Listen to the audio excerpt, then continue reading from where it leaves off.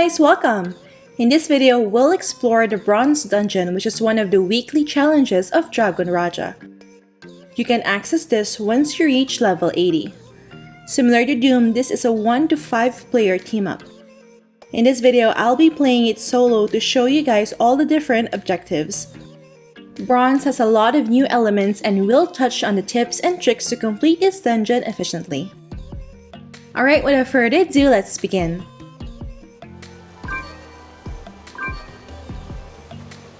At the entryway, we'll first be greeted by a puzzle. If you're playing solo, there won't be any puzzle.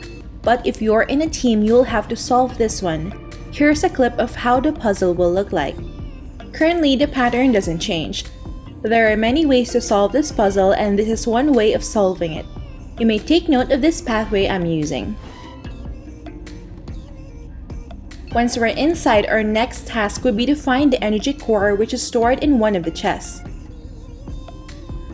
Go ahead and clear the ghost servitors first, then proceed on finding the chest.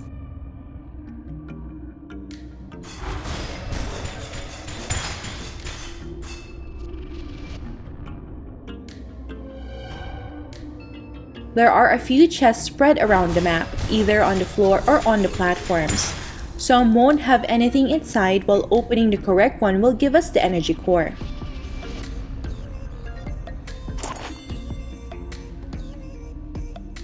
Once we obtain the core, go back to the main room and enable the device. This will activate the first boss, which is a pillar with snake heads breathing out fire. As much as possible, try to target and kill the snake head recovery first to stop them from recovering HP. Then next is snake head team fire, which casts fireballs that auto-locks and tracks a target. This may insta-kill you, so you should avoid it by jumping into the pool of water.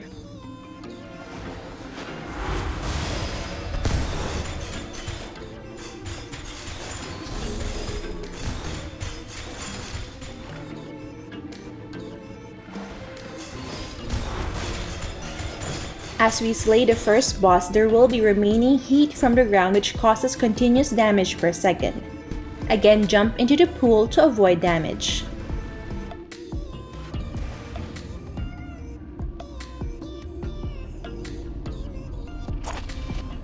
For the next phase, we need to get through this door. In order to kill it fast, drag the candlestick near the door. It says here that the attack of magic candlestick reduces the gate's durability. If you're in a team, you can assign one player to drag the candlestick near the door while the others heal up in preparation for the next boss. Once we're inside, we'll be greeted by vigilant fire toads. Kill these as fast as possible. They say that dragging them through the door will weaken them. But since I'm playing solo, the difficulty is already lowered, so I think this tip will benefit a full team at higher difficulty levels. But regardless, moving them to the previous map will give more space to kite them.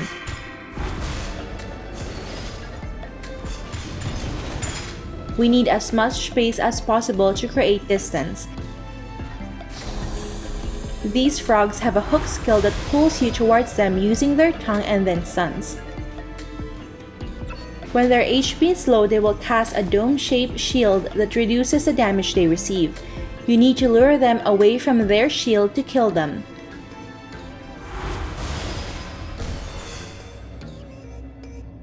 Okay, now that we've dealt with these pesky frogs, let's go back inside for the next phase.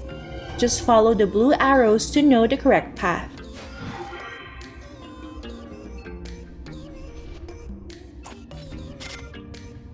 Up next, we have to go through this obstacle course. Be careful not to get hit by the incoming boulders, and also be mindful of the fire shower.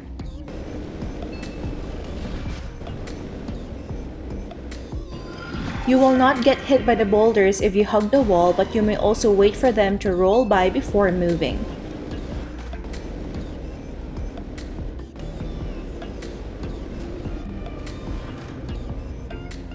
If you have a teammate with you, you may step on these cards at the end of the corridor to stop the flame traps and help those making their way through. Now we'll be up against two vigilant dragon servitors.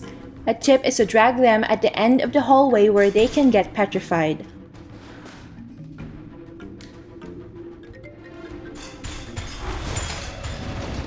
Once petrified, you can freely burst them down.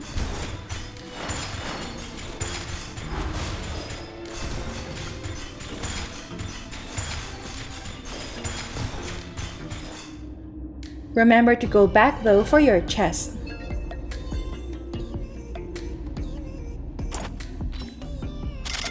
Okay, at this point, moving to the next phase will be just as easy as passing through the door for solo players.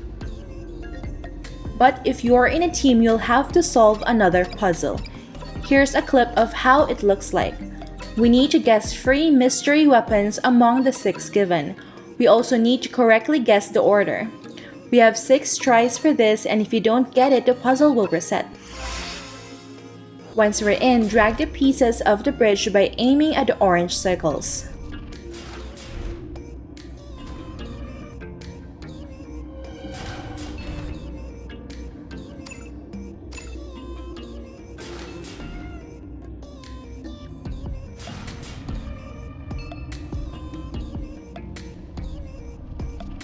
Now we'll be up against 2 terracotta warriors, Dave and Steve.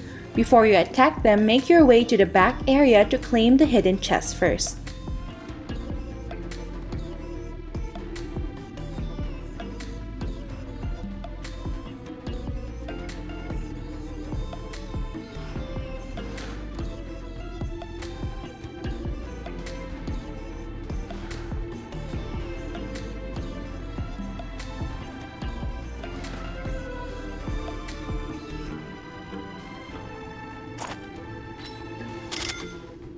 Then we can now start our attack on the warriors. It's important to distribute our damage between the two as much as possible since the slain one will respawn if the other one isn't killed shortly after. One thing we can do is to get them both at their last lifeline so that we can burst and slay them both at the same time. But if you have AoE skills, then it's also an option to deal damage to both of them at the same time. Remember to continue to kite to avoid damage.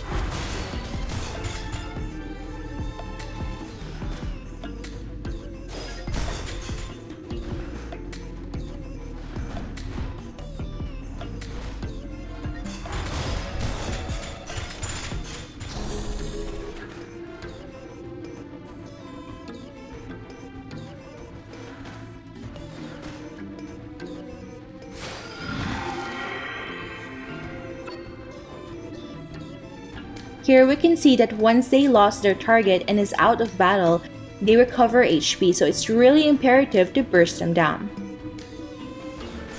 Similar to Dragon Envoys in Doom, the surviving twin will also become stronger.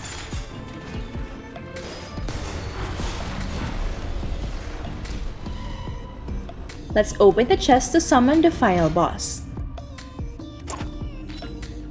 And here we have the Lord of Bronze and Flame.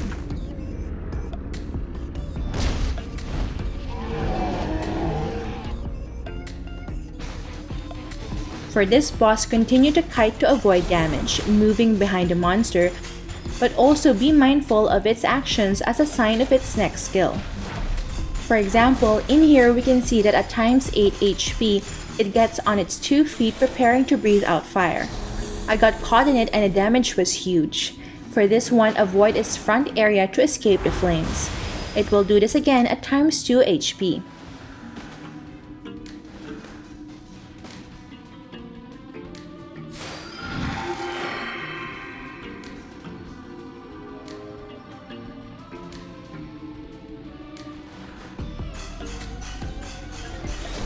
Another special attack occurs at times 6 HP, wherein it will shower flames from the sky. Avoid the small red circles on the floor as much as possible as it also deals a lot of damage. Up next at times 5 HP, it will deal a huge AoE damage that will cover the whole ground, likely insta-killing members. But before it deals damage, a huge red warning is given. During this, you need to go near a pillar and then enter the bubble to protect you from getting killed. If you're in a team, make sure all members are near a different pillar as you can't share the same bubble. It will do this again at around half of its last life left.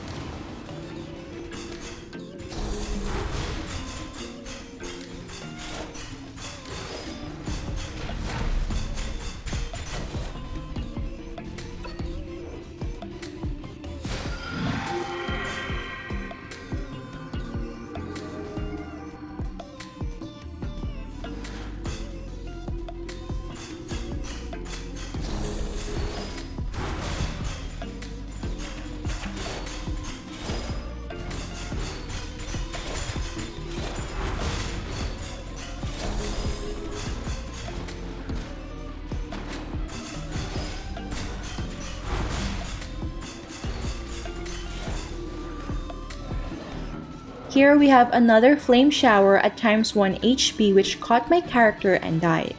Again, be mindful of its next skill. Since it's at 0.5 times life, it will now cast the huge AoE skill again, so I made my way quickly to the bubble.